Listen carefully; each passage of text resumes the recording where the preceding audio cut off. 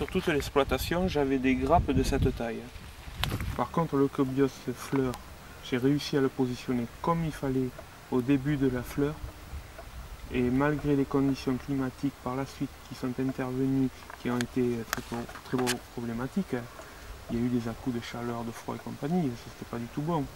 Et bien la fleur s'est passée très vite. Elle s'est déclenchée plus tard que chez les confrères, mais en mettant le cobios fleur, elle est passée plus vite.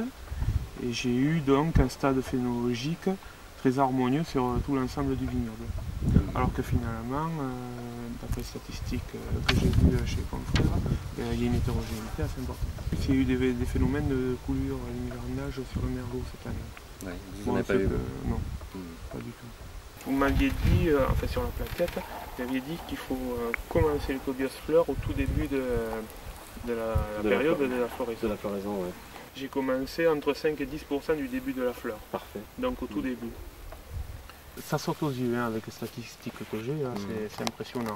Les parcelles tardives à la taille ont rattrapé celles qui étaient précoces et déjà simplement ça, il y avait 50% qui étaient taillés tardivement et 50% très précocement.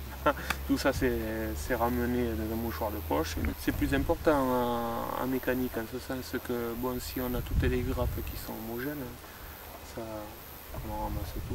On va ramasser tout. Ça permet d'avoir quelque chose de mieux au final. L'année dernière, bon, j'ai eu du mal à faire le rendement et les grappes elles étaient toutes petites. Une multitude de petites grappes, tandis que maintenant j'ai une multitude de grandes grappes.